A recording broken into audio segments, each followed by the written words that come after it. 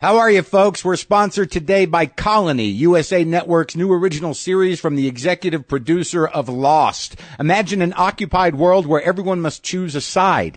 If your city was no longer your own, who would you trust with your life? Where would you run, and what would you risk to save the ones you love? Starring Josh Holloway from Lost and Sarah Wayne Callies from The Walking Dead. Colony, a new original series, premieres Thursday, January 14th at 9 Central, only on USA Network. Go to colonytv.com for more. Yes, today's episode is also sponsored by Squarespace.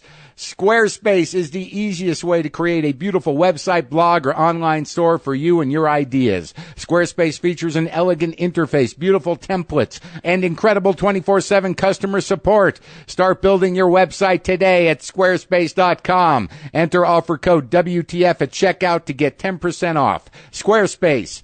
Build it beautiful. All right, let's do the show. Lock the gate!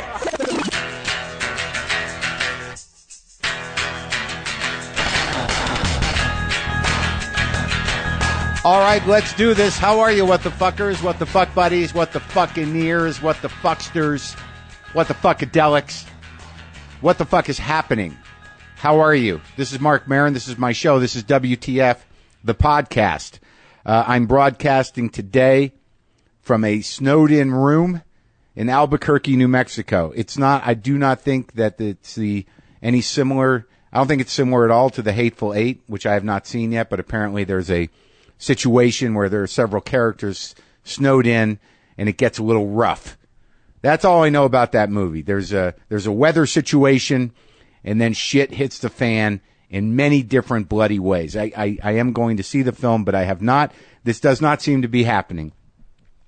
What do we got going on? Let's just try to stay in the moment here. I have Neil Strauss on the show today. Now, Neil Strauss wrote a book that caused a little trouble for some people, but I think some people got a lot out of it. It was a relatively controversial book a few years ago called The Game.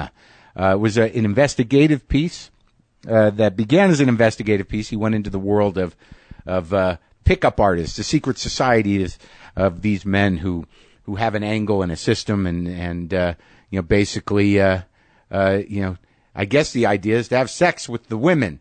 Now, there was a lot of wrong about this whole idea, and there was a lot of flack, but, it kind of took Neil in a direction he didn't really anticipate, and moved him through a world and through a series of behaviors that he is not necessarily proud of. Now, you have to understand, I met Neil when he was this very quiet, nebbishy Jewish writer hanging around the alternative comedy scene back in the early 90s or mid-90s. And when I heard he'd written that book, I was like, is that the same fucking guy? How is that the same guy what did he be? That guy? Come on. So now he's written a new book called The Truth, which is basically, I believe, his recovery from the game. That whatever, he went through emotionally and sexually and personality wise through getting sucked into the game, it has hit the wall. And now he has this new book called The Truth, an uncomfortable book about relationships. And I have a very candid, intense, loaded conversation with Neil, who knows some things about me in the past, and has his experience of what I was like back. And they interviewed me actually for a piece he was writing back in the mid-90s, but also just sort of moving through what he learned about relationships and himself in the process of writing this newest book. I was very excited to talk to him, and it was a very intense conversation. So look forward to that coming around the bend here. Building a website can be tough, and even if you know your way around coding, creating something that looks good and works well is a time-consuming affair, people, whether it's for a business site, a portfolio, a restaurant, or whatever else. In this day and age, you need one, and you need it done right. Well, lucky for us, Squarespace makes it easy to build websites without breaking a sweat. Squarespace helps you make simple, powerful, and beautiful websites that look professionally designed regardless of your skill level. No coding required. Not only does Squarespace provide you with intuitive and easy-to-use tools to create your website with, Squarespace also has a state-of-the-art technology powering your site, so you'll have security and stability. Squarespace gives you 24/7 online support, so you're always taken care of if you need some help. What are you waiting for, folks? Start a trial with no credit card required and start building your website today. When you decide to sign up at squarespace.com, make sure to use the offer code WTF to get 10% off your first purchase and to show your support for the show. Did you hear me go all the way up on that? We thank Squarespace for their support in 2015. Now it's time for you to use Squarespace in 2016. Squarespace.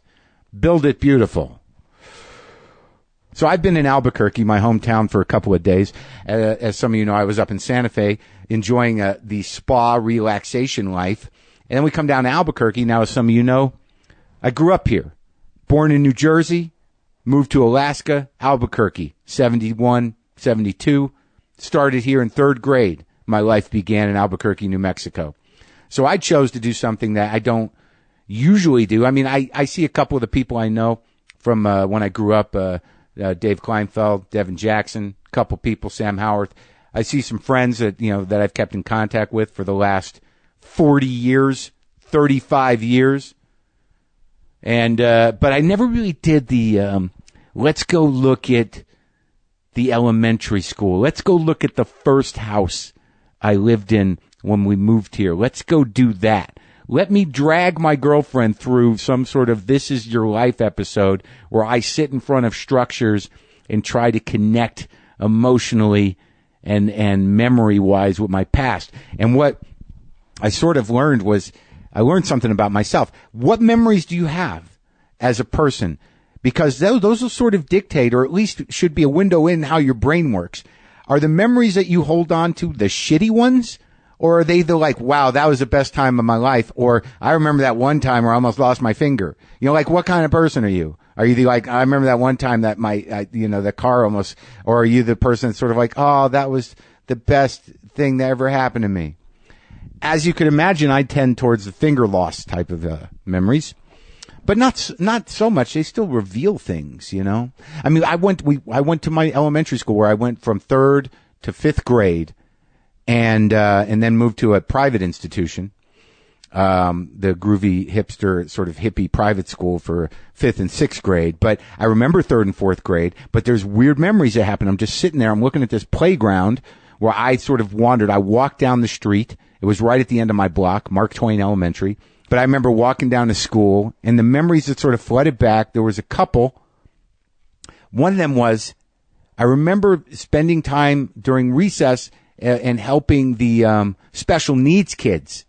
I just remember doing that. And I remember there was this very profound moment where a severely mentally challenged guy who I was playing football with, tackled me with a force and energy that was astounding and made me cry. But he couldn't have been more excited about it.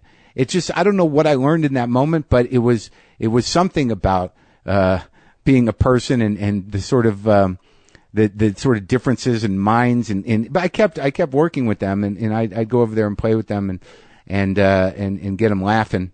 So that was sort of one of my first sort of gigs as an entertainer and decent person was helping the intellectually and mentally challenged have a fun recess. I remember that. I remember breaking my leg because my dad adjusted my bindings too tight and having a full leg cast and not being able to go to lunch. And my girlfriend in 4th grade, Elizabeth, used to come and eat lunch with me alone in the room. That's sort of a nice memory. It'd be nicer without the broken leg, but whatever. I remember I had a Roadrunner lunchbox, which I thought was stupid. And one day, and all the other kids had better lunchboxes. I don't even know what kind I really wanted. But I remember I kicked it all the way home until it just broke and the lid broke off. And I told my mother the big kids got me. The big kids did this to my Roadrunner lunchbox. That was their sole focus. She didn't buy it, and I ended up never having another lunchbox. Just brown bagging it. So those were the lessons in elementary school. Pretty exciting stuff, right, folks? Right? And then we went to my old house. Very few memories in the old house. I have some trying to mow the lawn, but I didn't understand how to mow a lawn, that you had to do it in lines. I just kind of randomly mowed the lawn around in a circle until my neighbor Gary said you got to mow it in lines. That was a big lesson. I remember Old English Sheepdogs. I remember a Janis Joplin record, a Melanie record, a James Taylor record. I remember telling the Latino maid that my cleaning lady that my parents had hired who did not speak any English, that she was using the wrong detergent in the dishwasher and she needed to use dish soap. And then we had a kitchen full of about a foot of foam and bubbles. And that was not a good day for her or me, but I copped to it. I guess the bottom line is it's good to be home. It was good to see a couple of old friends. I feel very comfortable here, but sometimes when I come out here with people, I don't always know, like it's overly emotional. There's no way you're not going to get a little tweaked out revisiting your childhood and wondering, and then seeing people that you knew back then now who are your friends since second grade, third grade, and now we're 52, 53 years old. It's hard. There's a weird beauty to it, but there's also a little bit of heartbreak to it. Like, hey, we're still alive, we're doing okay, but man, you know, if I don't see you for a couple years, one of us might be using a cane. I don't know, man. It's a little heavy, but I guess this is what life is. If you've been thinking about your home security, there's no better time to get it than right now. You've heard me tell you about Simply Safe Home Security. They offer the best protection, period. And Simply Safe has worked to put together a massive security arsenal for you, the WTF listener. It's a special package created just for people listening to this show. It's got entry sensors, motion sensors, glass break sensors, everything you need to stop the bad stuff from going down and to give you peace of mind about your home. And right now, for the end of the year, the fine folks at Simply Safe are giving you, my listeners, a great offer. Seriously, we've got a lot of discount codes for this show, but Simply Safe is really going above and beyond. You'll get $100 off this package. That's complete protection for your home, handpicked by the experts, and an amazing discount. Simply Safe is already the best value in home security with no contracts and no commitments. But right now, get $100 off this custom security package. Go to simplysafewtf.com to save $100 right now. That's simplysafewtf.com. Do it now. Get secured. Feel secure in your home. I can't really tell you how to feel secure in your body. That is a lifelong project. Season 3 of Maron premieres on Netflix today. Today. If today is the 28th, this is the day. You can watch Season 3 of my IFC show Maron on Netflix. It's a good season. It's very exciting. It'll set you up for the season we're about to do. It gets pretty heavy at the end. Enjoy it. Watch it. It's your time to do that. All right. So right now, let's go to my conversation with Neil Strauss. His book, The Truth, an uncomfortable book about relationships, is available now. And this is an intense conversation. So I hope you dig it.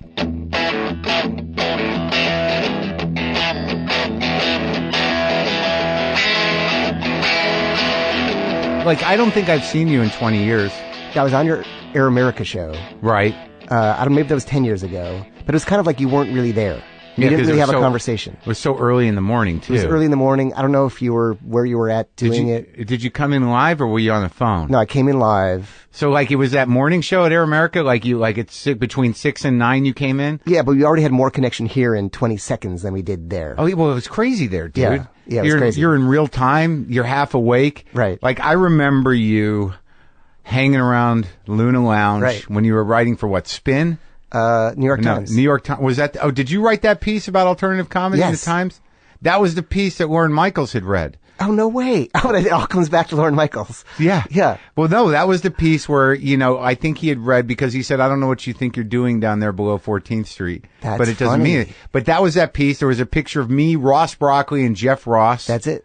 In the piece. Yeah. And that was the big, that was putting it on the map. Yeah. Alt comedy was on the map because of Neil Strauss. And I remember I came to the thing and you're like, this is the guy who ruined the scene. You singled me out. I did? Yeah. You came to the show after that? Yeah. But I remember we talked, and I remember talking to you, and you were kind of like, you barely could talk for some, sort of like. So true. I was just so nervous. Yeah, you were very nervous, and then I remember, what was the first big ghostwriting job you had? Was it Manson? Yeah, Marilyn Manson. So then I heard Neil Strauss co-wrote this huge book of Marilyn Manson. I'm like, that fucking guy? Right. That guy can't even talk. I think it was disarming. They had nothing to fear from me. It was very disarming, maybe. What is that process of ghostwriting? How does that work? Oh, it's the best. You just hang out in their world as much as you can, and absorb as much of their life as you can, and then when they're ready, you talk. So sometimes, after a show, Manson would be doing a bunch of he'd want to do a bunch of coke and then talk all night, and record them all night, right? Or other time, you just sort of embedded yourself in your world and waited for those moments and observed the moment. So, for example, he'd have his bodyguard guard the bathroom door while he did coke in the bathroom. Right. So you'd watch that, and that would become a little detail that would inform the story. And did he let you put all that in? Yeah, I wouldn't write a book with someone if they had anything to hold back. Oh, really? What. Yeah, that's the rule.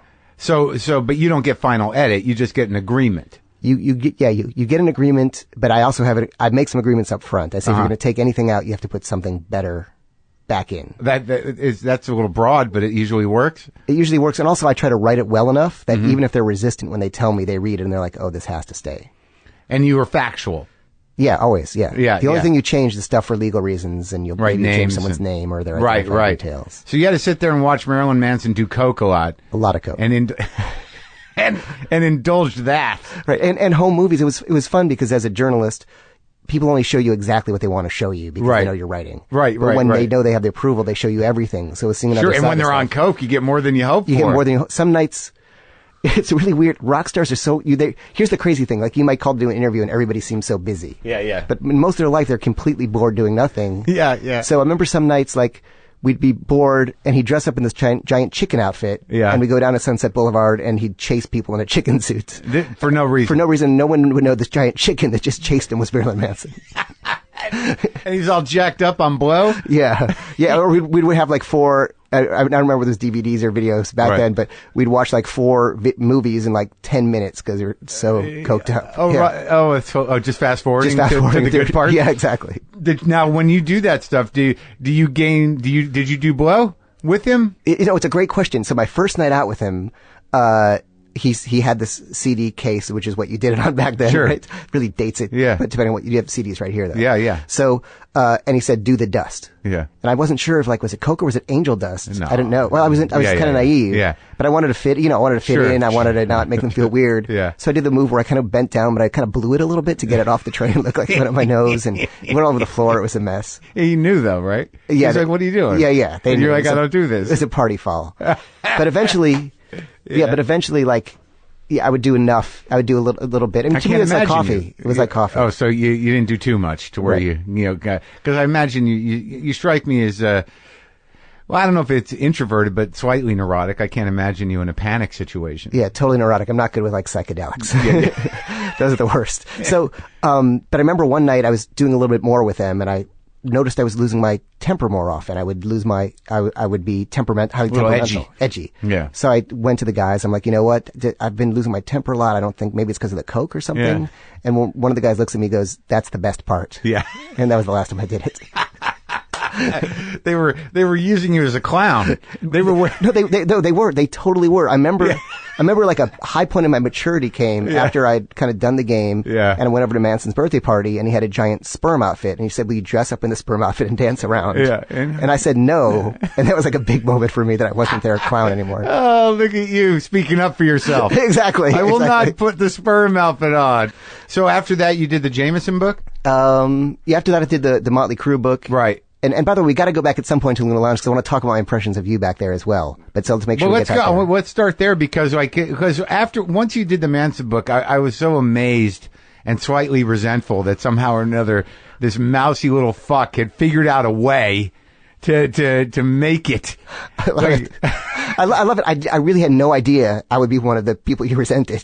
Well, I'm proud to be amongst the powerful contingent. Well, I always liked you, but there's always a slight distrust for journalists in general. So maybe at that time I had, I was I don't know why I would have thought you ruined it, but maybe I thought it because you brought attention to it because it did get quite overwhelming after that. Yeah. There were lines out the door and it became a little crazy, but I don't think I really resented you. I was just sort of amazed that you'd figured this thing out. Like, I never know what a writer's trajectory is. And I don't know that I would have understood, music journalists, and that, doing what you do is actually a good call and a good way to earn a living, and also, continue writing, right. To do those type of ghostwriting things. I thought it was pretty impressive. So I probably just resented you because of your success. Right. No, exactly. Exactly. But I remember you had hair. Right. Yeah. And you had a kind of little beard and wireframe glasses, right. not as bold as the glasses you have now. Right. The confidence you're exuding with your new frames. That's exactly it. What were your impressions? So I remember going to that scene, and you were like the sweaty, the master, but you're not. See, you see yourself as sweaty, but I see yourself as like kind of the master of that scene because you hosted the whole show. Yeah, most of them. I think so. A lot of them, I guess, I did. And I remember after I did this story, I decided I got so into comedy, seeing this, and you've talked about the show all the time, so I don't need to go over what it is, but so many incredible people were there. Like what you were doing was so enjoyable. I never liked stand-up comedy till I went to the Luna Lounge and saw those shows. And I was covering music. I went to the New York Times. I said, we got to cover comedy. Like, there are all these incredible, talented people. And I got so obsessed that I did an article afterward where I went undercover 6 months to try and make it as a comic. And I did one show at Luna, and that was like kind of the highlight of it. And I remember I was looking over my notes before I came here, and I said, I'm terrified because in one phrase, like Marc Maron could eviscerate me, and and that was my biggest fear. I said, I know I can do this. I know I got it handled. This is when you were going to Luna. Yeah. This is when I was doing that one show. I was worried in a phrase he would just.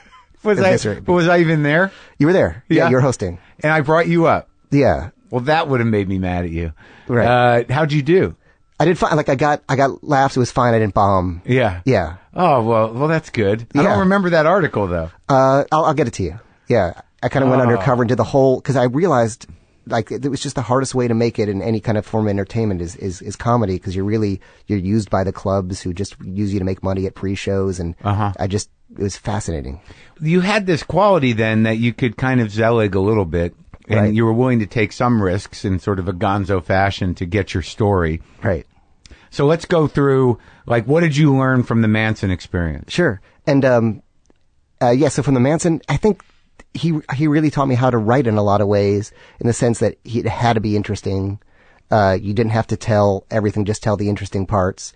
He was also a writer, so he would, of all the people I worked with, he would call me up and suggest phrases, because you always think the ghostwriter wrote it all. Right. But he'd call me up and he's like, I just thought of this metaphor, like the blades of grass squished brown by the wheels of lawn chair furniture. And I'd be like, okay, I'll get that in there. Somewhere. I'll put that in. Yeah. Thanks for your contribution. Yeah, exactly. And I'm trying to edit 9 hours of Coke talk. Right, exactly.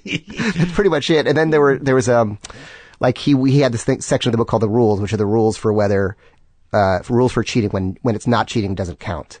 So he might call from Spain and say, well, here's the reason why it's not cheating. It's not cheating if you have sex with her in another country, then you call your girlfriend in the States before the time zone has caught up. Well, that's, because that means it hasn't happened yet. So it's okay. Or he'd call from South America and say, if she has a tattoo of you on her, it's just common courtesy to have sex with her. And is he still with the woman he was cheating on? No, he's gone through many since then. Well, that must have planted in your head, given the future that became you. I imagine that once you took the shift from rock and roll into Jenna Jameson's life, that must have had some impact on what became your future.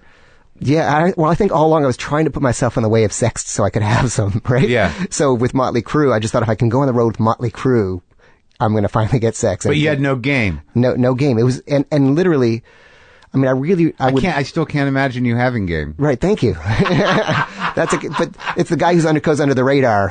That's the best. But thank you. I mean, I don't, if I came in, I looked like a guy who had game, like, that's probably the most unlikable guy you can imagine. So I'd go backstage and there'd be a road case. I get a stack of backstage passes during the show. Yeah. And I kind of hand them out to women. Right. And then they say thank you. And then they go try to fuck the star. Yeah. And I couldn't figure out when am I supposed to, how does the sex happen for me? Yeah. You were still a clown, weren't you? Yeah, pretty much. You were the guy that you go find the hottest women and you'd be like, hey, you want to come backstage? And they're like, yeah, thank you, loser. Yeah, exactly. But I didn't have, but also it's like I didn't want to be the dick who's like, okay, if you get this, if you know me. Right. Yeah. Like that's. You never did that. I don't think I could ever do that. Could you? Huh. No. Yeah. I can't, no. I can't. I wouldn't get, there would be no pleasure in it. I wouldn't be able to get, I would feel like such a shithead. I have a very hard time with, I require somewhat of a slightly deeper connection than just, using somebody to masturbate with or, to complete objectification. I've never been that good at it. I need to feel like we're connecting somehow. Yeah, that's a nice thing, right? It is a nice thing, but that can be problematic too, because if you need that and you find it, but then right afterwards you're still sort of like, all right, well, I guess I'm done. Right. And you've connected in that way with another person. Yeah, it doesn't necessarily mean it's lasting. And I think the results could be worse if the emotions are felt. And what do you mean by that? The results can be worse if the emotions are felt? Well, I mean, like because there's I guess there are some guys you would know better that really just see the conquest and the sex and the moving through, having the sex and then being done with it. Well, if you put emotional connection in with that too, which I think happens a lot of times anyways, in my life, I found it very rare where you can have a clean kind of like sexual experience that doesn't carry some baggage afterwards. Right. Maybe you can find it with those people, but I know you've had some experience with swinging communities and whatnot, but in my experience, swingers are usually kind of just, lumpy and game, just kind of like. Mine was different, but I'll fill you in later if you want. Well, yeah, I'm sure lumpy and game. That's the swinging handbook, lumpy and game.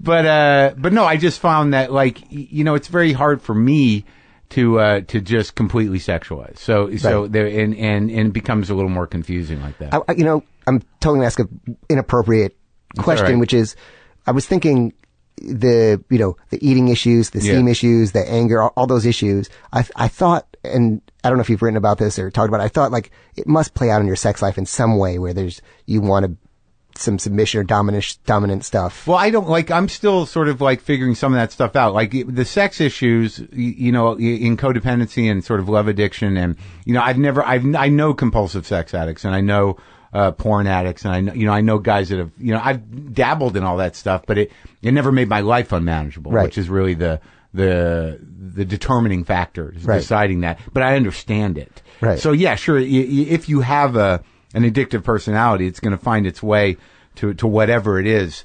It's going to have a preference, but if you deny it that, it'll right. find the other one. But I was thinking more separate from the addiction stuff with you. I'll ask it again but there may be a dead end question. I'm so curious though with, there's a lot of that, the shame that you have and then there's the anger. And I feel like, does that come out in some odd way? I don't know that I've explored it thoroughly. Right.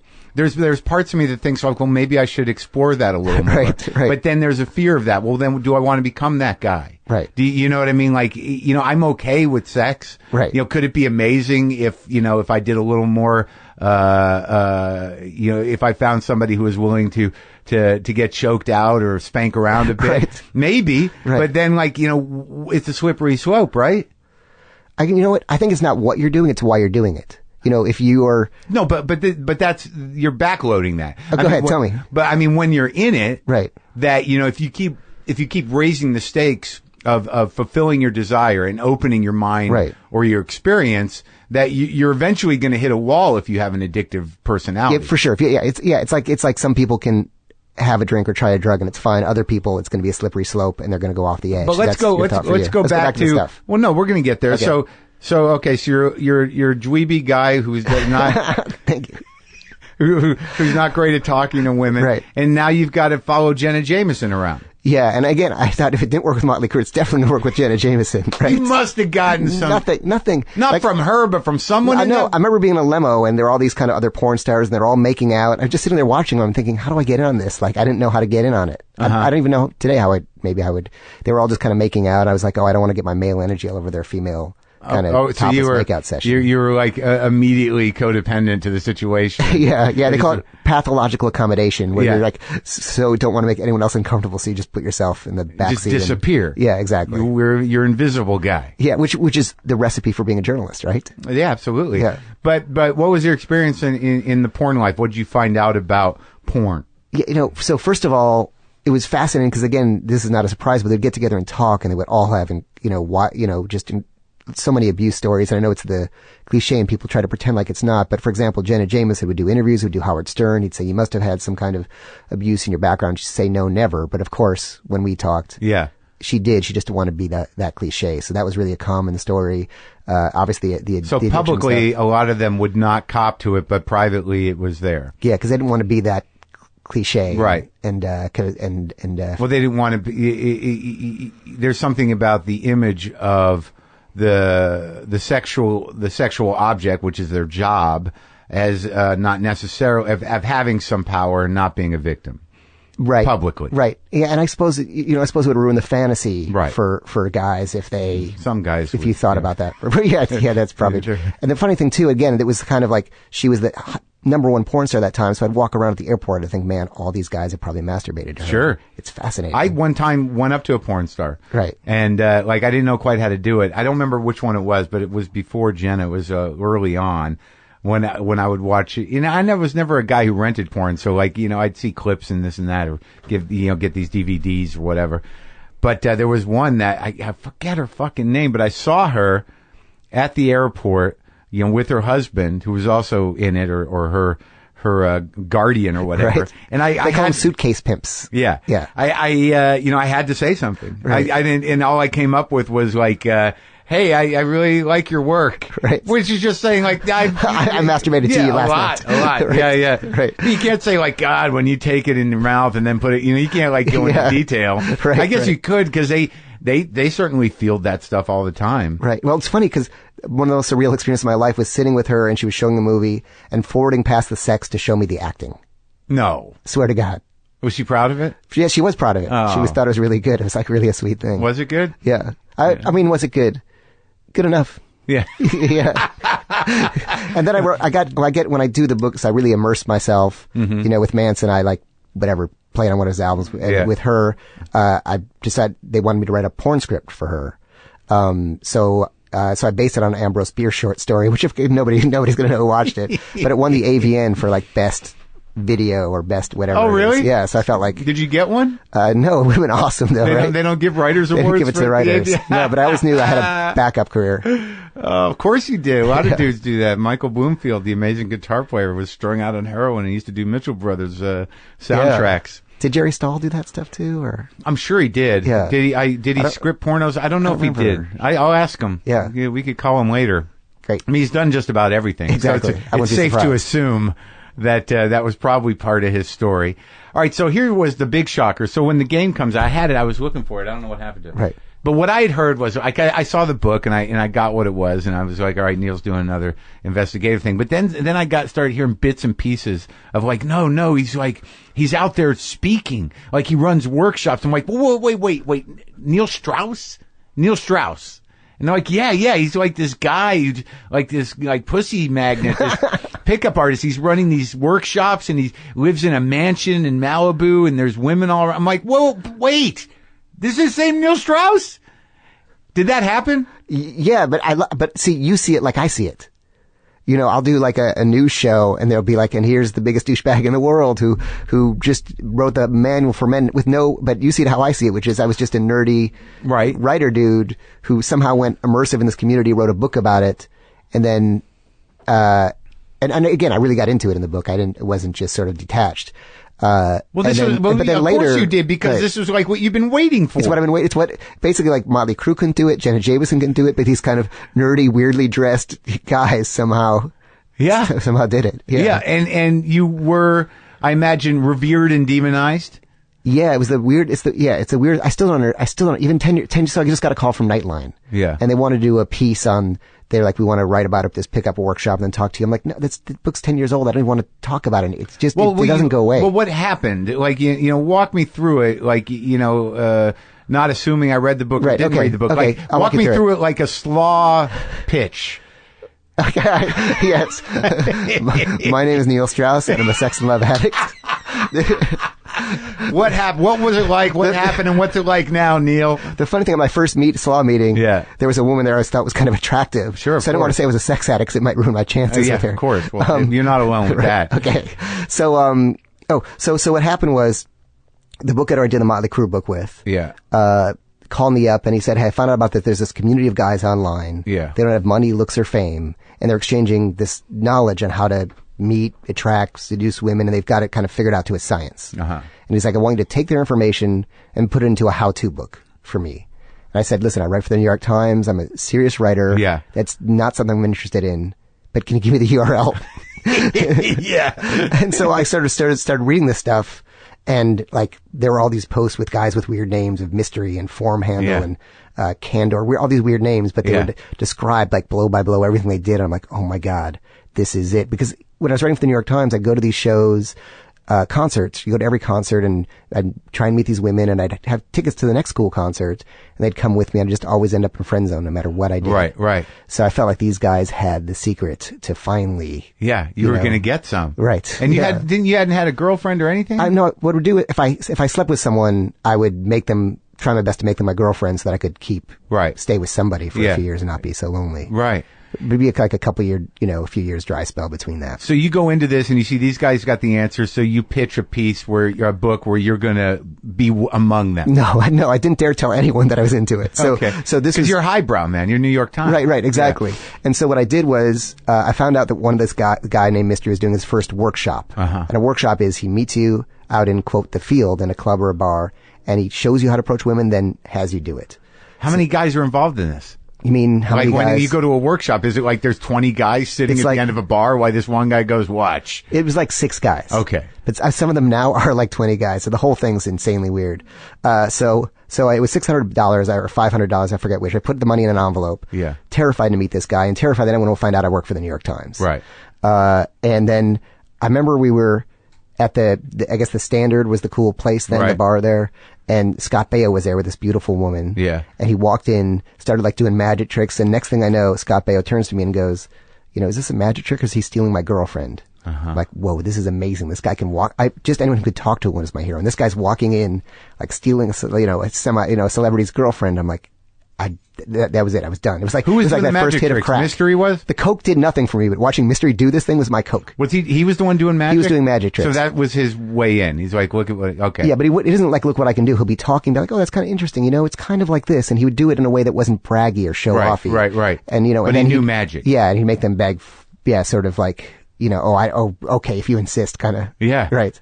So magic was his kind of way in, or his way to sort of, like, upstage everybody. And did he get his ass kicked by Scott Baio? No, he didn't. He got the woman's phone number. And that was it. And okay. See, guys, see what just happened? Right. That's what, and you were like, do I need to learn magic? I did learn magic. I could probably do table magic as a background. I can read minds, make things levitate, all that. Really? Really. And you were hooked. Like my reality was blown. Yeah. Yeah. And then what happens? So then I just tried to start to hang around him as much as I could. And eventually he's like, oh, I need a wing for my workshops. It's so weird, man. It's so surreal, right? Yeah. It's surreal. So he's like, I need a wing for my workshops. I'm like, oh, I want to do that just to learn what you're doing. Is he an attractive guy, this guy? It depends on how you see him. He's tall. He's like 6 feet tall. But it's funny that we go to looks. I don't think it has anything to do with looks. No, of course but not. Some people find him attractive. But would you classify him as like a guy who was once like you? Is this like the back of a comic book? Is it like Charles Atlas kicks sand in your face? Oh, he's super nerdy. Like if he's not going out and putting on the whole show, it's sort of like long greasy hair and a ponytail, computer nerd guy. Right. But then he'd go out and, really dress up and act tall and confident, but and become that other guy. Okay. That was an illusion. Okay, so he asked you to be his wingman. Right. So it's so immature. I mean, again, like I got so caught up in it, it's ridiculous to talk about it. So why, do you feel ashamed of it? Yes. Okay. Like I do. Okay. I mean, it's embarrassing, right? All right. Like my biggest opportunity in life was not when, John Perales of the New York Times called me and said, will you write for us? It was when Mystery asked me to be his wingman, But obviously it spoke to some deep need inside me to finally really get acceptance. Well, there's nothing like, getting sex is exciting. Yeah. It means a lot. Yes. Thank you. Thank you for validating that. Yeah. So then we started traveling around the world doing workshops, and eventually I started to get good at it. Mm-hmm. And I found all the other guys who I read about in that community and kind of befriended them all and learned their different tips and tricks. And I think the surreal thing happened was about maybe like a year and a half or 2 years into it, they did a survey in this weird world of pickup artists of the top pickup artists. And I was number 1 and Mystery was number 2. The student has surpassed the master. Oh, really? That's why it's such a weird book. It's such a fascinating, bizarre story. So Grasshopper was going to go out to the West on his own now. Yeah. And then at some point before this, I'd realized this community is so insane. I got to write about this and it's got to be a book. And and you pitched the book?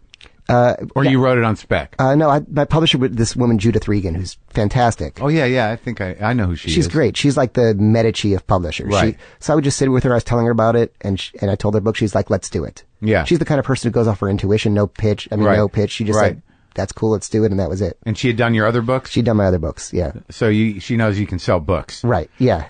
She knew I could write, but I'd never done one on my own before. Now, so this book was sort of half memoir, half investigative journalism. The game was. Exactly. But you were in over your head.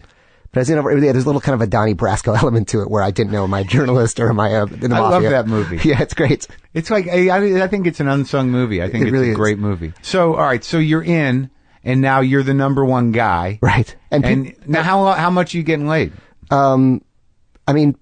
I remember like it was my birthday, and I don't know what to brag about is unseemly. No, you can. Maybe not frame it as bragging, but like at my lowest. Right. There we go. That's a humble brag, right? Yeah. At my lowest. No, I think it was such that you would sort of decide each night, am I going to kind of call someone over or go out with someone I've met, or am I going to go out and kind of meet new people? Or it was weird. It was like a skill set you would work on. It's like, it wasn't enough to have sex. It was like, okay, how can I kind of turn getting a threesome into a science? And how can you would work through all this stuff. And at this point, we're all living together in a house too. We were all living together in a house. I just did an article for Rolling Stone on Courtney Love. She moved into the house. Yeah. So we had a house with maybe 6 pickup artists and Courtney Love. What? Yeah. It's like sounds a reality show, like a reality show. And what was she doing? I think she was having money issues and hiding from paparazzi, and she lived with us. And so these guys would be in the living room doing a pickup workshop. Yeah. And Courtney Love would come like careening through topless. And for some guys, that was their first sight of a female breast. Really? Yeah. Oh, so those were the kind of guys that were coming. Yeah. Yeah. It was just like sad, desperate men who were lonely and wanted to know what the trick was. It was a mix of a lot of guys who just came out of divorces. Oh. Okay. And felt like just bitter, angry, broken-hearted guys. For example. Yeah. Broke, probably. Yeah. Spending their last $600. Speaking from experience. Yeah. And some were guys who were really good-looking, cool guys, but they didn't know it inside. They didn't have that esteem. Other guys, a lot of people who were over as exchange students from somewhere else and just felt out of place in the culture. So a lot of guys like that. But did you get the sense that any of them were really looking for relationships, or they were just looking to... I guess that's where it got sort of blurry for you, is that you somehow annihilated your ability or your capacity on top of whatever psychological issues that you come to grips with in this new book, The Truth. You sort of annihilated the ability to have any sense of what that would be. I think so. I think when you're in it, no one was like, nobody just wanted to have sex with women for the rest of their lives. Very few people. People wanted to have a relationship. They wanted to be able to pick the person and choose the person.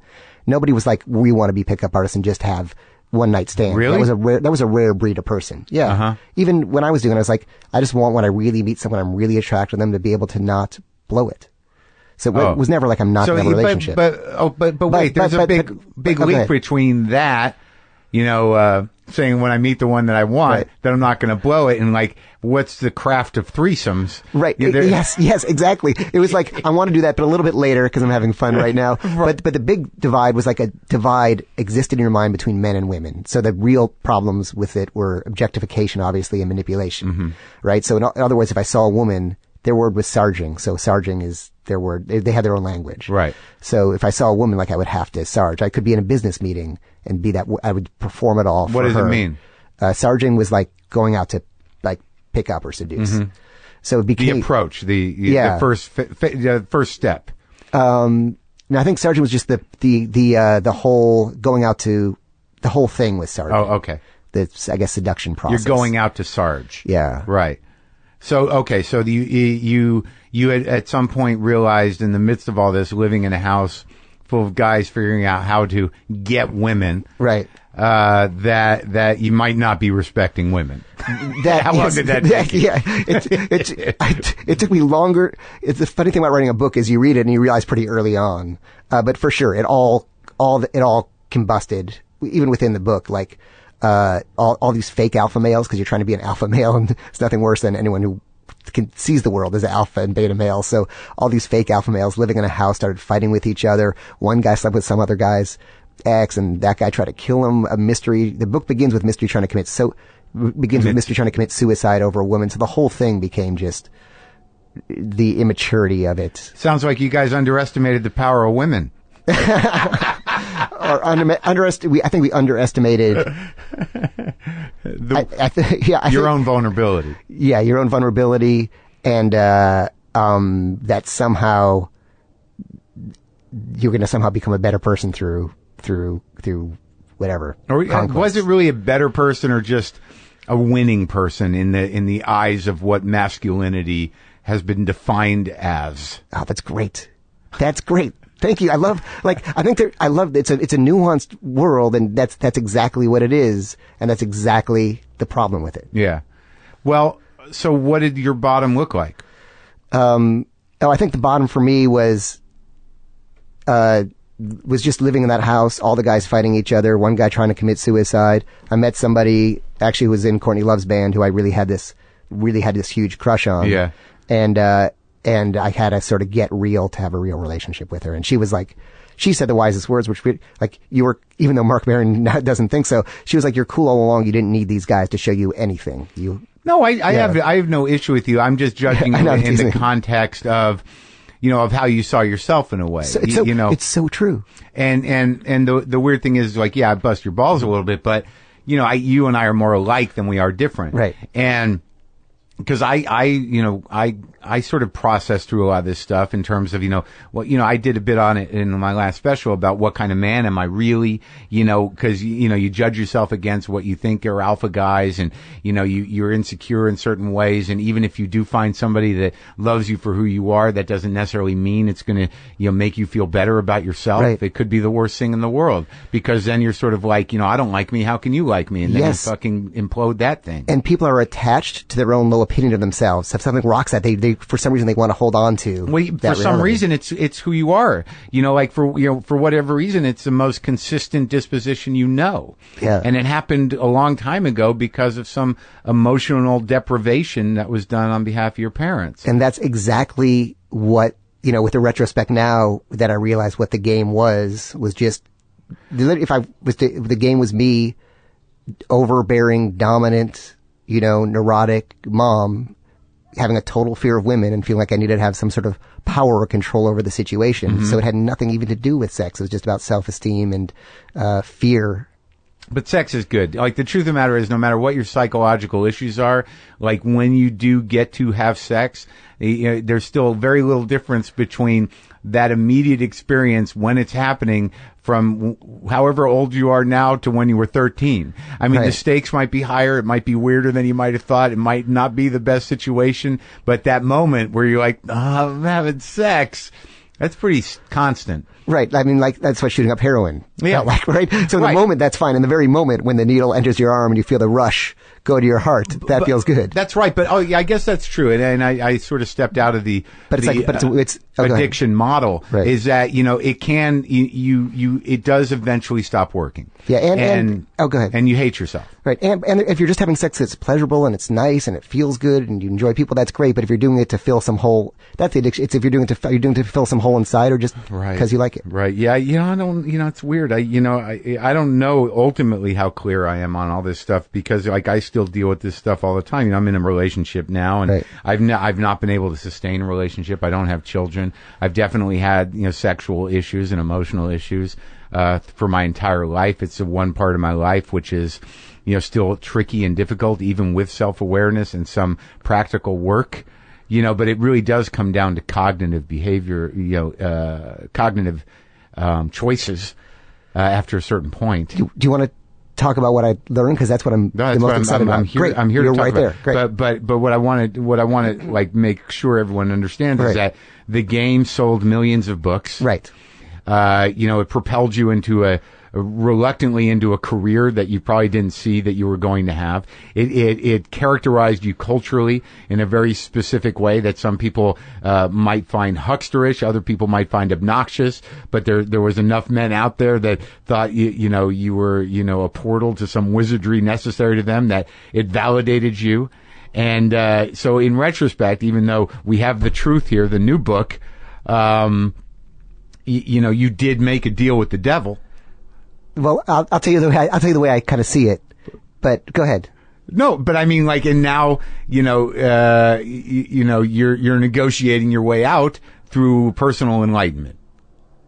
That's not the way I see it, but I see that narrative. Okay. And maybe it is right. I'll think it through. So here's the way. I mean, the way I kind of see it was, but it was weird. So when the game came out, like, I just thought it's just it's a book I wrote about. It's like any other book. Mm-hmm. And then I remember my phone started ringing that day with guys calling, like, hey, there's this one girl I met. Can you help me? Literally the day it came out. Guys you know? Guys I didn't know. They looked up my number. I was listed. Oh, okay. And that's the moment I got my number unlisted. Yeah. And again, I did the book tour. I was ready to do the next book. And then like some What was the next book? The next book was, I'm trying to remember. So you were out? Oh, I was going to do a graphic novel with this Bernard Chang, my illustrator. Mm-hmm. Yeah, so I was out. And then these guys came up to me and they said, hey, you should, and I didn't really even have a website, no website address. And these guys came up to me and they said, you should, and they were marketers and they're like, you should, do this teaching thing. Make the manual. Right. Mm-hmm. And I was really reluctant and made him jump through a bunch of hoops and said it's not what I did. And eventually I let them kind of take over and did it. Oh, right. That's, so it wasn't your fault at all. It wasn't my fault. No, but I remember the day, like, it sold out in half an hour. The manual. The game. What was it called? The game. No, Rules of the Game. Rules of the Game. Rules of the Game was like it's weird. My publisher said, let's do this how-to thing. Yeah. And I said, I'm a storyteller. It's weird. I've just totally resisted. I've almost compartmentalized that side of my life. Yeah. You have compartmentalized the actual Faustian deal. Yes. But so I felt like I said, I'll do this how-to book. Half of it can be stories. The other half will be how-to, but what I think is nice. Go ahead. Tell me. Show me my own hypocrisy. Throw it in my face. It's not hypocrisy. Yeah, go ahead. It was how you can live with yourself. Right. It's not hypocrisy. Explain it. I can't explain it, but Great. what I'm hearing is like, it's not really what I do, but if we can integrate a little bit of what I do into your agenda as well and make a little cash, let's do that. But I don't want to sell out completely. Let me tell some stories because I'm a writer. It's like the best interview ever. Oh man. It's really, I mean, outside the cash, because I don't think like that you don't do a book for, I don't know. It's probably all right. I don't fucking know. Well, but you're so right. It totally, you trick yourself into doing these things. Of course. Yeah. I mean, that's how selling out works for people with integrity. But you have to. But whether or not you saw the profit end of it anyways, right. Like when you are, and I've said this before, I mean, you don't really make big money until you make someone else big money. And you were in that position. Like your publisher, they all knew. The marketers and the publisher, they knew it was like almost like a guarantee. No, you're so right. I mean, it really is a forking path. I think about it all the time. I mean, you're so right. There's a book called Life is Elsewhere by Milan Kundera. Yeah. And this guy has a choice between becoming a total hack and being an artist. Right. And he chooses the hack road because of his mother issues and the pressures of the time. Right. And I always think of that's the forking path. And I've tried to keep one foot on both sides of the forking path, but now it's getting too wide that I can't straddle him anymore. And that's where it was when you did the Rules of the Game. Right. And that's when, after that. Yeah, it's kind of where it is now, in a way. Uh-huh. Yeah, I just feel like I tried to okay, I'll do this stuff, but I'm still a serious writer and journalist. I'm still writing for Rolling Stone. It doesn't count that I do this So this stuff. book, this new book, The Truth is this is your redemption. I don't think of it that way. I hate to think of it that way because I don't think it. But tell me how you see it. Maybe you're right. Maybe you have a better perspective. No, I don't have any perspective. Yeah. But you had a cathartic, existential crisis of self around where you were in the world, and also you hit a personal wall and bottom where you realized that you were empty and your integrity had been drained from this fucking thing that, the sex addiction and the publishing industry and your requirements, and what was required of you. And this is your sort of like, I have to redeem myself for myself. Yes, I gotta tell you, I really mean it. This is the best narrative because I'm outside myself. You see it better, but there's a press narrative that's totally not true. This is I really want to listen back to this because you understand this book better than I am. No, because when you are consumed, and not necessarily greed, but when you're consumed in something that is as powerful as sex addiction and it's your bread and butter. Yeah. Yes, because when I was in rehab, they said everyone was adding up what their sex addiction has cost them. Yeah. You know, they're like, it cost me my home. And you're like, it got me my home. Yeah, that was exactly it. They're like, I spent $250,000 on prostitutes. I'm like, I made $250,000 off this book. You know, like, you know, I'm like, I don't know. Yeah, right. You were not the sympathetic case at the sex addiction meeting. Right. Like, I'll tell you, man, if it weren't for my sex addiction, I would not have my house or my car right. or the opportunities that I have in right. life. I'm in such a bad place, you guys. Right, exactly. All right, so the rules of the game come out, and now you're overwhelmed, I would imagine, with that type of notoriety, and I imagine it's quite conflicting and also painful, I would assume. Yeah, and it's weird. I sort of became, I would read about myself in the media and be like, is that? I sort of became I just feel like the game and. What was your mother saying? My mother, my mother was cool with everything until I went to sex addiction rehab to get better. Then she had a problem with stuff. Oh, really? Because you know, what, you lost control? I don't understand. Okay, let's. Oh, because then you were identified as a sex addict? Or? I think she really said, like, so people have affairs, big deal. Like, no, like, you know, nothing's wrong with you. Did she read the book? This book? No, the last one. I think she has no problem with me having casual sex. The whole problem was she didn't want me having relationships. Huh. So if you go back to the problem. She didn't know that. She didn't know that. Right. But she wanted her relationship with me to be the primary one in my life. This is what you learned through your recovery. Right. Okay, so what happens? I hate that word. Recovery sounds like, I hate. This is what happened. No, recovery's fine, but it's got so many. Recovery's a fine word. Well, no. Well, let's unload it from what it means in the context of psychological treatment. I'll tell you the way I see it is when I found out, like, what's all the programming that I'm operating on, and how can I change that program? Well, what essentially was it in your childhood that created the emotional deprivation that made you seek self-completion through these various ways that were dangerous? Exactly. Great way to say it. Good. So what did happen? What you met the girl from Hole, or from her new band, and then we had a relationship. But of course, in my mind, she was turning into my mom, so I had to break up with her. But in reality, I was probably just making her, and you know what I mean. She might do one thing that reminds me. Have you read of my The mom. Fantasy Bond? Yes. Okay. Great.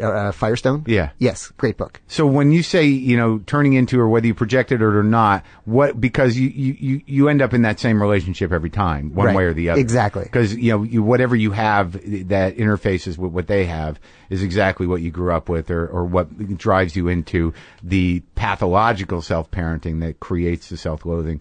There's a line in the book that says, when it's love at first sight, run in the other direction. All that's happened is your wounds have met their wounds. Yeah, trauma bonding. Yeah, trauma bonding. What were those attributes? What in terms of identifying the emotional manipulation of your mother? What was it? Right. I'll never forget. Like, there's that moment where your life changed, and maybe the equivalent of Mystery picking up Scott Bale's girlfriend. Yeah. Which again is the most pathetic epiphany in the world. Is I was sort of right. That was the moment my life changed, when Mystery picked up Scott Bale's girlfriend.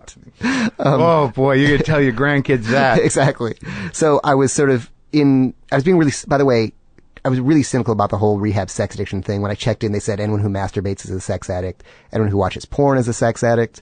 There are some groups, not this one, that say anyone who has premarital sex is a sex addict. So basically everyone listening would be a sex addict by someone's definition. Well, culturally, it's actually this very weird and unspoken malignancy that the access to pornography is completely annihilating millions of people's ability to maintain intimacy. I believe that. Right. You?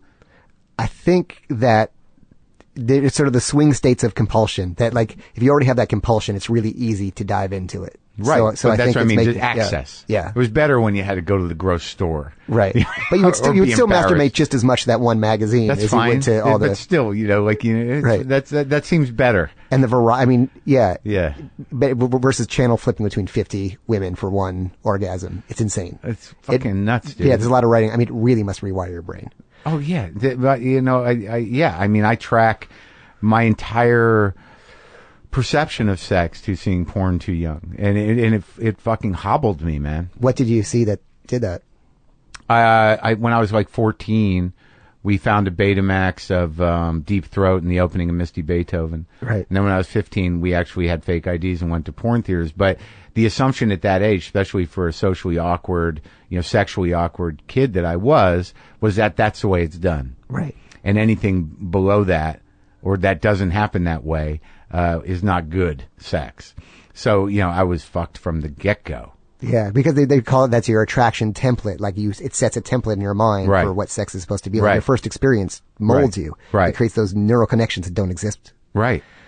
So you did a lot of research. Yeah. It's fascinating. And I think it's all in the truth. You went scientific, you went spiritual, you went cognitive, you went straight up psychological. Yeah, and entered all these alternative communities of alternative relationships. But so the moment that my life kind of changed was I was sitting there, really being cynical about this with this, what I thought was this kind of castrating therapist who didn't want men to have any sex at all. You projected that. Yes. And she started, you do something called a timeline, which is all the high points, all the big moments of your life. Yeah. And she looked at it and she saw this pattern and she said, "You know why you can't be in a relationship?" I'm like, "No." And she goes, "Because your mom wants to be in a relationship with you." And I just felt this cold wind blew, and it seemed so preposterous. Yet something in me just sort of like recognized this. And this is the moment. Yeah. And then she goes, "Then there's a name for this, and it's called emotional incest." And I was like, "What the fuck?" Yeah. Yeah. Keep talking. You're helping me. So, and the idea of emotional incest is that when your parents, when you exist to serve your parents' needs versus your parents serving your needs. I had the same childhood. I knew that. I mean, I knew that because I had an emotionally absent dad, like yours, right? And then a mom who's overplayed by her problems to take care of mine. Yeah. So it's that one clue of it is when you grow up feeling sorry for a parent. Right. Did you? What I felt was a loyalty. Yes. That was unnatural. Yeah. A loyalty to their emotional states. Exactly. So their emotional needs come before yours. Sure. And what happens? They use you. Yeah, and you're used. Yeah. And you just don't realize it because it seems normal. In fact, the sort of the thing about it is where something's sort of physical abuse or yelling at someone or criticizing, well, we know that makes us feel bad. You can identify it. It's like the difference. It's like like alcoholics. When you don't drink, you're not, that's all, most of the problem. Right. But when it's vague, what was your abuse? Sexual? No. Did they hit you? No. Right. It's actually more insidious. And it's empowering. Because when you're daddy's little girl or mommy's little man, or you're kind of emotionally smarter than them, you feel empowered. So it feels good. So you don't even recognize it as abuse. But you end up with no sense of self. No sense of self. Yes. And in fact, myself, Robert Greene, who wrote The Art of Seduction, Tucker Max, who's kind of the, frat boy writer guy, we all had kind of, depressed or narcissistic moms and didn't have that sense of self. Yeah, I mean, I've been very aware of the project of completing myself. Yeah. But it wasn't until I read Firestone within the last year that, that because of something my therapist passively mentioned about the fantasy bond, that I was not able to that one piece that I got from Firestone that blew my mind is that, there's no one, if you're uncomfortable because of your parents' emotional abuse, you don't know as a kid, you assume your parents are good, so there's no one to blame but yourself. Right.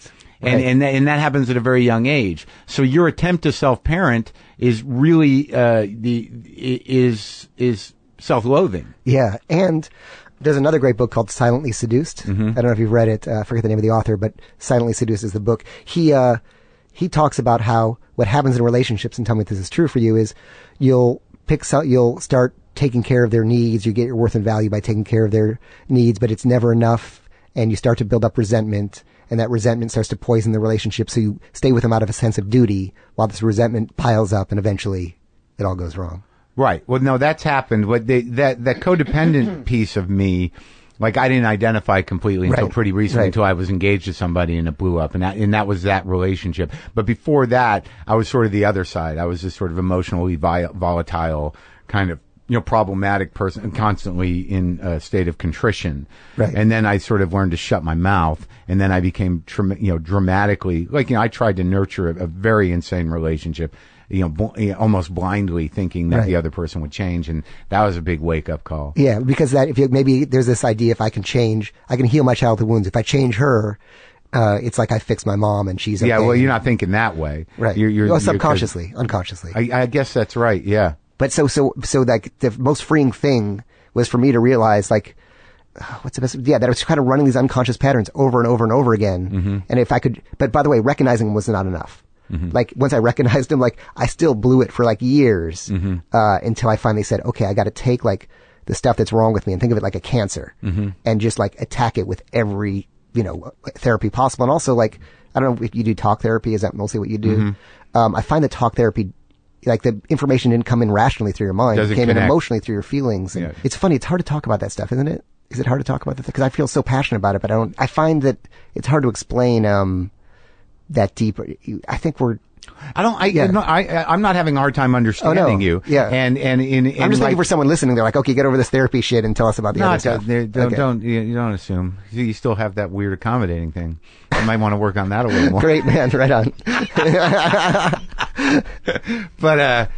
But no, because like a lot of this work I've been reluctant to do. Right. And it's still fairly intellectual for me right now. Because what? Yeah, the intellectual, and look.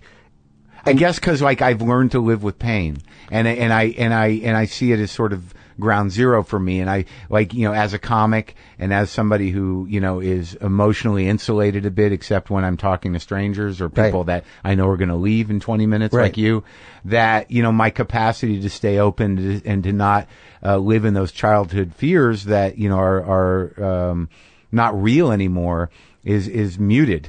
And I think that one of the reasons I haven't done, the type of, almost life-saving work that you felt you had to do was because of a different type of fear that, like, this is, that there is a deeply wired comfort in discomfort for me.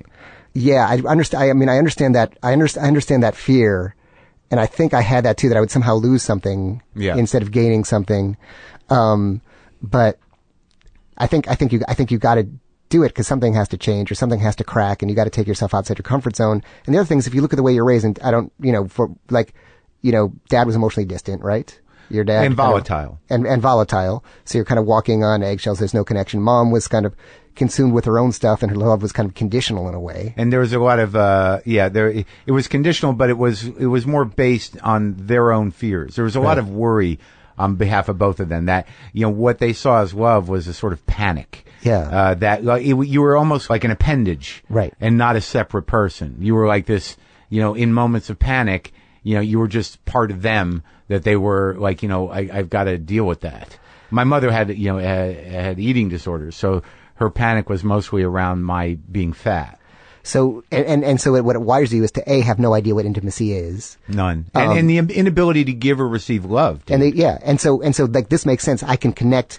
This is the game to you, which is I can connect with people, but in this position of power. We're in my garage. Yeah. I'm controlling the conversation. You're going to leave later. So this almost is probably why you're so good at it, because this is your kinda intimacy. Yeah, there's that, but it is my intimacy, right? Yeah. But like, in other relationships, like, there's also the fact that, people start to see you a certain way, which you experienced, and they'll want to interface with that, what they see, and you may be putting it out, but in your mind and in your heart, you're like, that ain't really me, but you're not going to do anything about it. Right. You're going to let yourself just be taken. Right.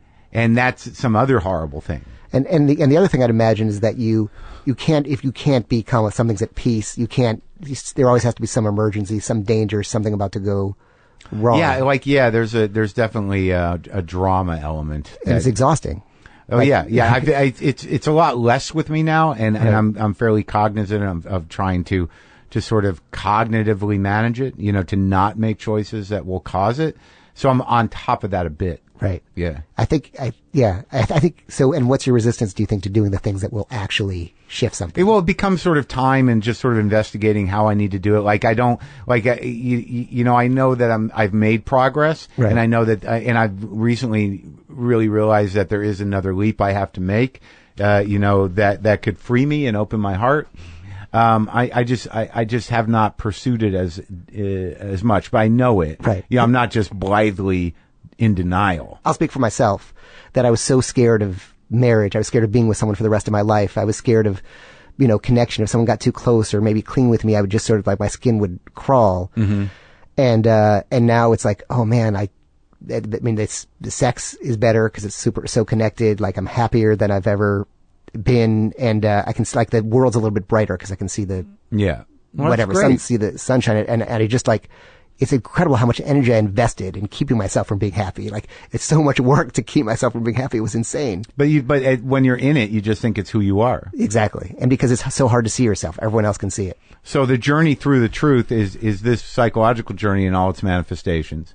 Pretty much. And you moved through a lot of different, alternative lifestyle communities to see if there were solutions there. Yeah. It's funny because, like I sat down to write the book and it was going to be this kind of semi-angry book about how monogamy doesn't work, relationships don't work, it doesn't make sense, doesn't scientifically make sense, biologically, and monogamy is something the Catholic Church instituted in the 9th century. Right. Why are we still doing this? So you were still operating from your disease point of view, trying to justify your behavior. Exactly. And I thought, I'm going to go invent a new kind of relationship that's true and authentic to me and show the world how it's better and they're wrong.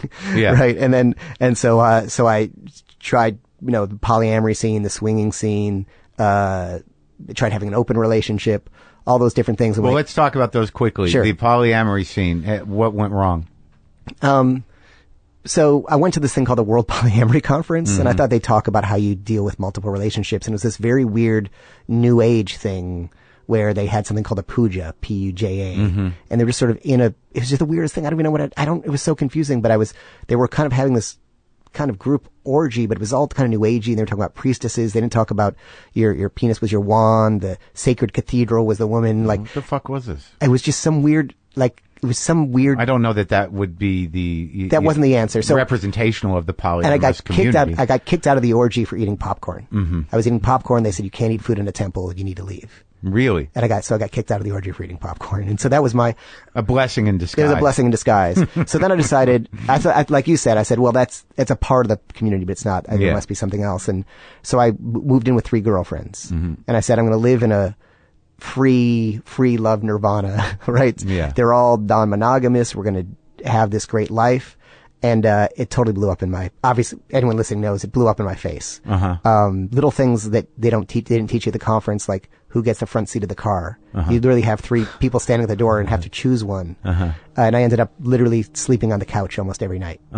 Alone. Now, when you were in the grips of your sex addiction, we talked about dominant, submissive, and that stuff. Right. Where did you end up in that world? I really like that. I think I looked at the kink community and watched some of that stuff. But I'm really I like to be equals. I don't like to be dominant or submissive. It wasn't my thing. And so you tried the living with 3 girlfriends. Now, what was was there more of an equality sense? Did you start to regain your respect for women? Or develop it? Yeah, I don't think I ever had a disrespect. Yeah. Or consciously, but I think I always, that maybe sex was so important to me that I would do or say what I needed to get it. Right. I think it was less true now, but I think what I'd learned in this, it was a fear of love. If someone in the group became too attached, it was the pathological accommodation. I tried to make everybody happy. And in trying to make everybody happy, I made nobody happy. So right. this person might get jealous, this person might get upset. So I just felt like I was walking on, just eggshells around 3 people's feelings. And what was the swinging situation? If it wasn't lumpy in game, what was it?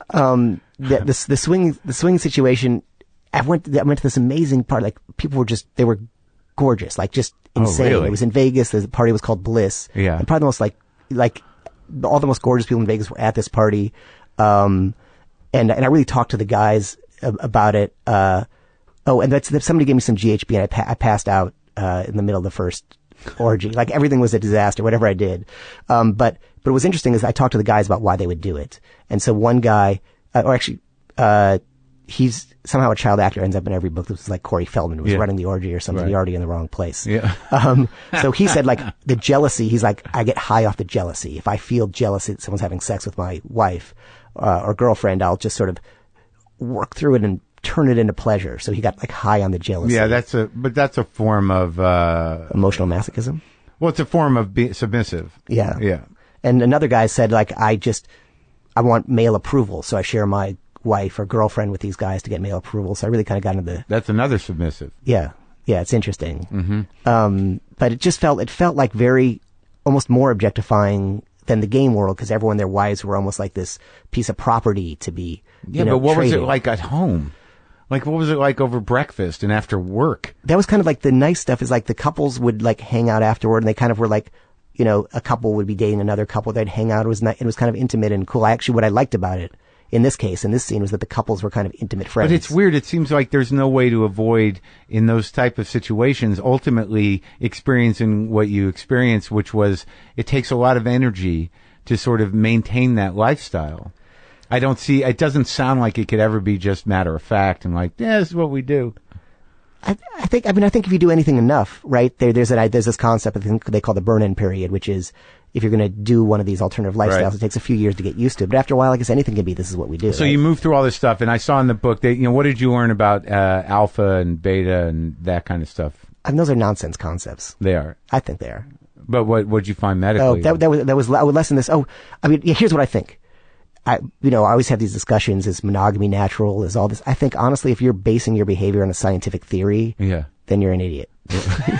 Right? Because I think you'll use science to justify stuff. Like, well, it's evolutionary okay to spread my seed, so thus I'm going to go have sex.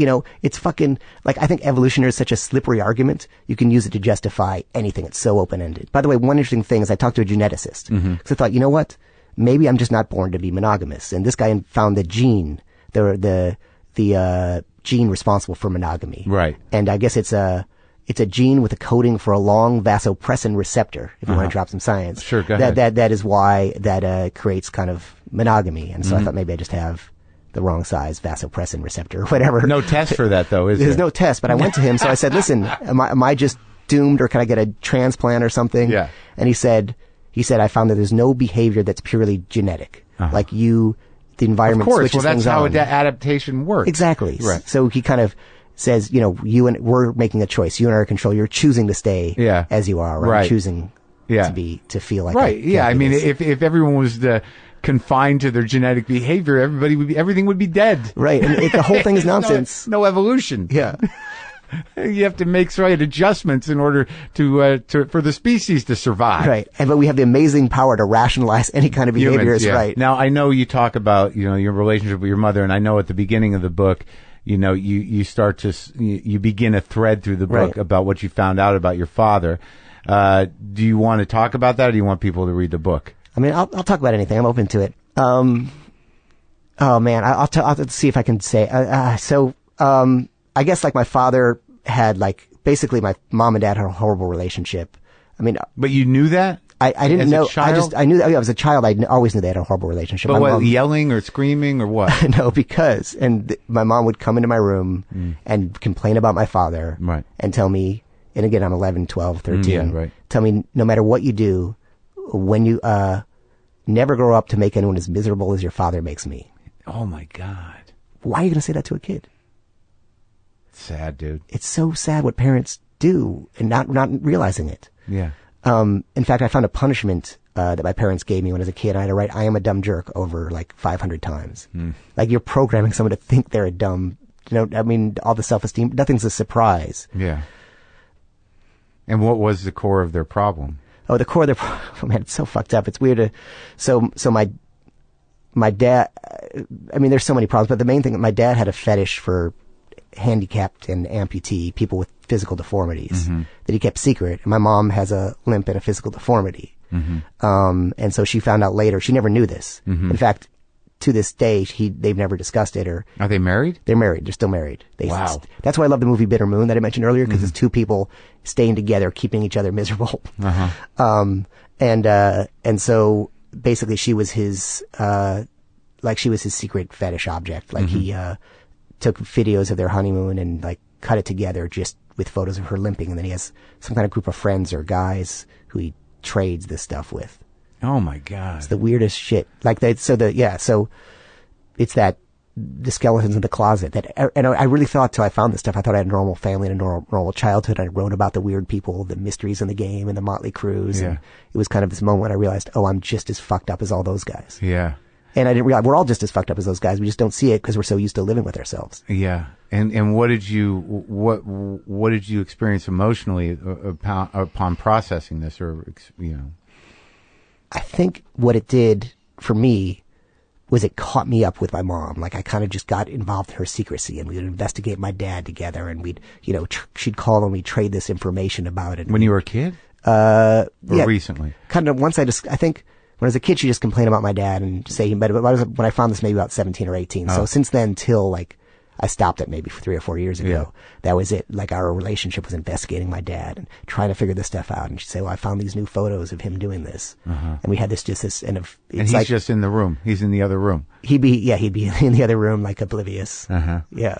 And what's your relationship with them? And she was always paranoid. He had cameras around the house filming her. Oh my God. It's so sad, man. It's so sad. Like, I mean, that's why and it's also very defined though. It's not like, cause then you step from just this emotional abuse and to something that's tangible and bizarre, right. And then you bond with your mother over the bizarreness of the situation.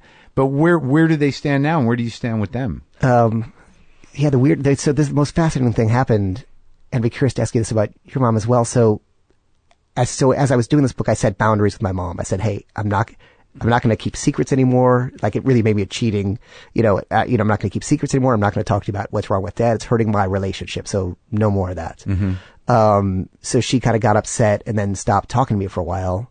And then she texted me and she said, I've got this new secret email address. Don't tell anyone. And I wrote a book about your dad. Will you kind of help me with it? Oh my God. And I said, and I got excited. She was talking to me again. So I'm like, oh, sure. Yes. Great. Like a dutiful son. Yeah. And then about a day later, she said, when can we talk? And I realized, what the fuck am I doing? You get caught up in it, man. Oh yeah. You've been deprived of it. And you're like, I want to read the book. Yeah. And so I texted her back, hey, I'm happy to talk about anything, but I just can't keep secrets and have these conversations. And you know what she said back? What? Nothing. Last time I heard from her. Oh shit. I shouldn't even say this. This was, maybe like 6 months ago. And literally, I shouldn't even fucking say this, but fuck it. Like I just had an 8-month-old. And you're married? I'm married. Yeah. I have an 8-month-old. They have not come out to visit. They're only grandchild. Like their shit is stronger than wanting to see your only grandchild. It's insane to me. It's insane, dude. I'm sorry. Yeah. But the upside is all this let me know that, okay, that the stories that I'm hearing in therapy, these are true. This behavior is still happening. Mm-hmm. And so that divorcing my parents was what enabled me to actually become an adult and have an adult relationship. So the upside is seeing the reality, seeing what it really is, that you're there to serve their needs, they're not there for your needs, can allow you to sort of divorce yourself from your parents and start to have your own life. And are you happy? Yeah, but like I'll just be changing in the bathroom with Ingrid, and I'll think, fuck, why was I resisting this shit for so long? So much happier than yeah, it could have been. There's some sadness and some grieving over the loss of the relationship with your parents. Yeah, the horrible relationship. Right. So what are you grieving anyway? like if your friend treated you like that, you'd be like, good riddance, right? But they made you. Right. Yeah. They made you mentally, and they made you emotionally, and they made you physically. So you're trapped. Yeah. But you don't have to be trapped. No, that gets you. Yeah. Get you. Yeah. I'm keeping this diary for my son. Yeah. Of everything that I feel Ingrid and I are doing right or wrong, all our decisions about parenting. So when he grows up, he can know maybe what his emotional DNA is and make of it what he will. It's interesting, man. I mean, it's beautiful. It's a beautiful story. So you do the work that you need to do day to day to nurture and be emotionally upfront and honest with your monogamous relationship. Yes, that's pretty sure. And also being aware of when you're getting stuck in your story. Like, simple thing. She texted me, I was coming home. I was 15 minutes late. I was working out 15 minutes late. And there's a film crew waiting at the house to film me for something. And she said, they've been waiting here for 15 minutes. That's so rude. Yeah. And I texted her back saying, I'm coming. And she responded just, so rude. So I thought, fuck her. She's like my mom, nagging. She hates me like she hates my dad. Leave me the fuck alone. Can't I live my own life? And then then I'm like, wait, what's going on here? Like, how many times has she said nice things to you over the week? And how many times has she said negative things? Like, if you expect someone to love you to always be positive about you, you're insane, right? Yeah. They don't have to like everything about you. So I thought that, and then I thought, let me ask myself a question. If you have an appointment with the film crew and you go to work out, you leave all those people waiting at your house for 15 minutes while you go to the gym, is that rude? Yeah. I'm like, yes, of course it's rude. So I responded to her like, yes, it is rude. And she said, she responded to say, sorry, I was just stressed out. And we got to have a relationship instead of me starting to think she's naggy, resentful, I need my freedom. I just thought. Making a monster. with misperception. Exactly. Getting out of your own story. Yeah. Interesting. Well, this is great, man. And it sounds like a real fucking emotional, cathartic and courageous journey you took with this thing. It was the best journey of my life. And now I can actually stop the cycle and be a better parent than the ones you and I may have had. Congratulations. Thank you, man. And I'm excited for you, Neil. It was great talking to you. Cool. We covered a lot. It's great.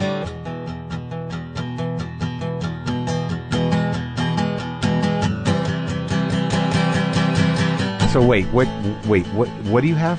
So before we came over, I looked at the interview I did with you maybe 20 years ago. Really? You were 33. Really? Yeah. So what are you? I'm 52. I just turned 52. So yeah, almost 20 years ago. And I looked over because I wanted to think, well, were there clues here that you'd be doing what you're doing now?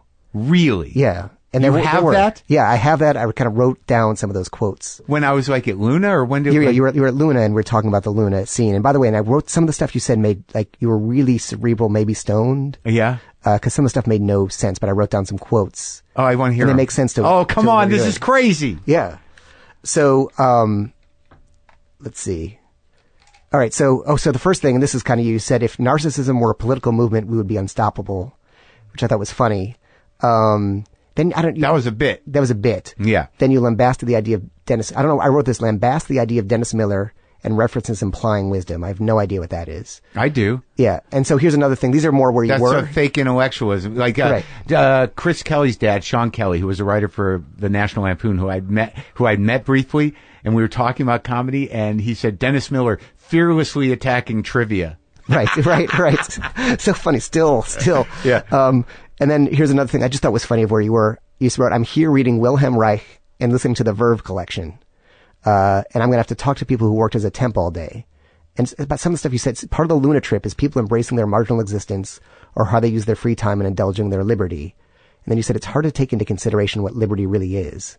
And we had this long interview, and I could almost only had like one quote I could use. Right. Because it was really. I was out there? Abstract. Yeah. Here's one that you said, and then we'll get to the stuff that I think led to that is similar to what you do now.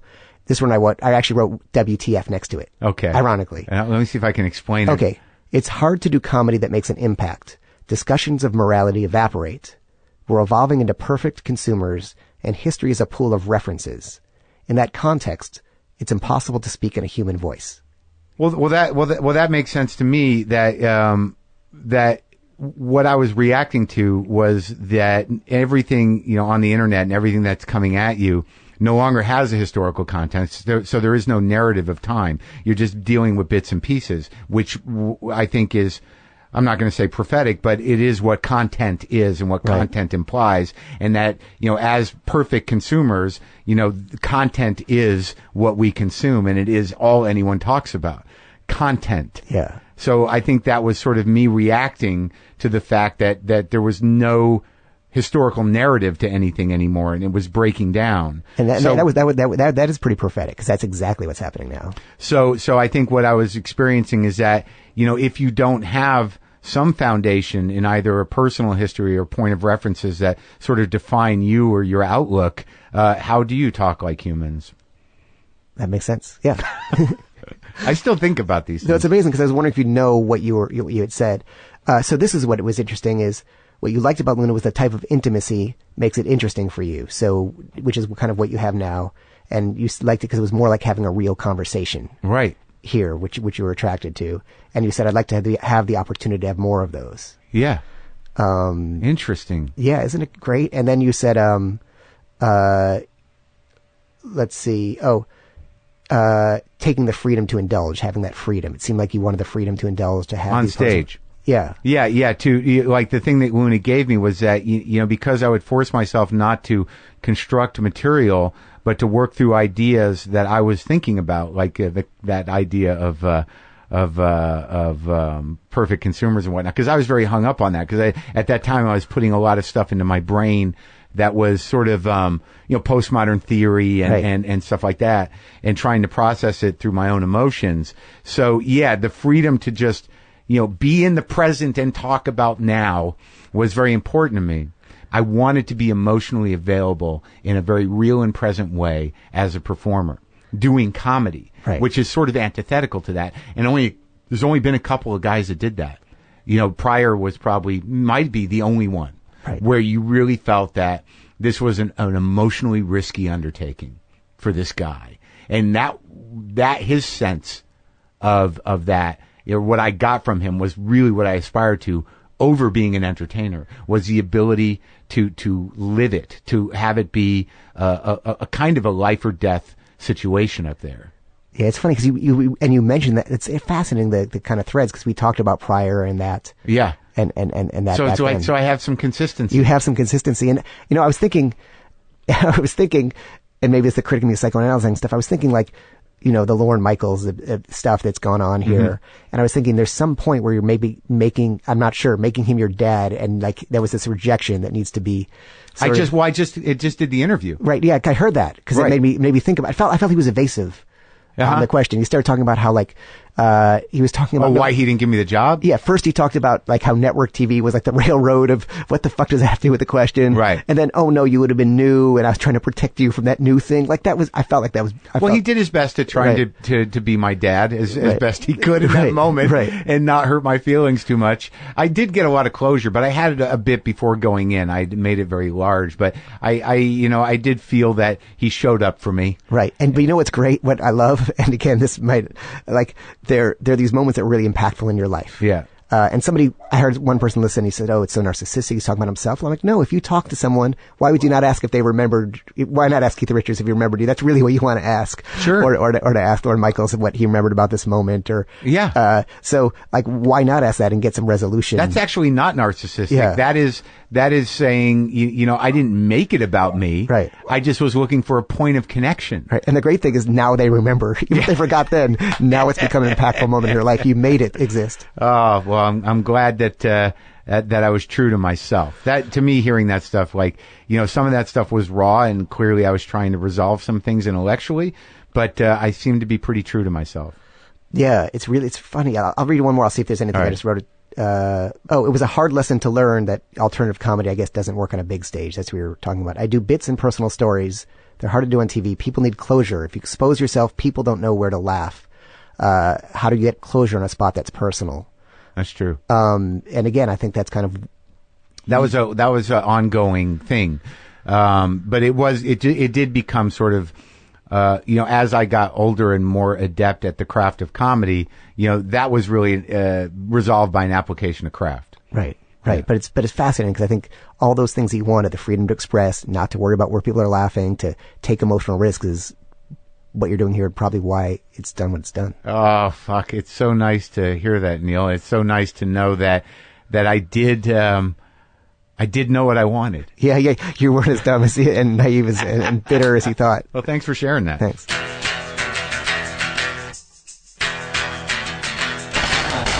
That was my talk with Neil Strauss.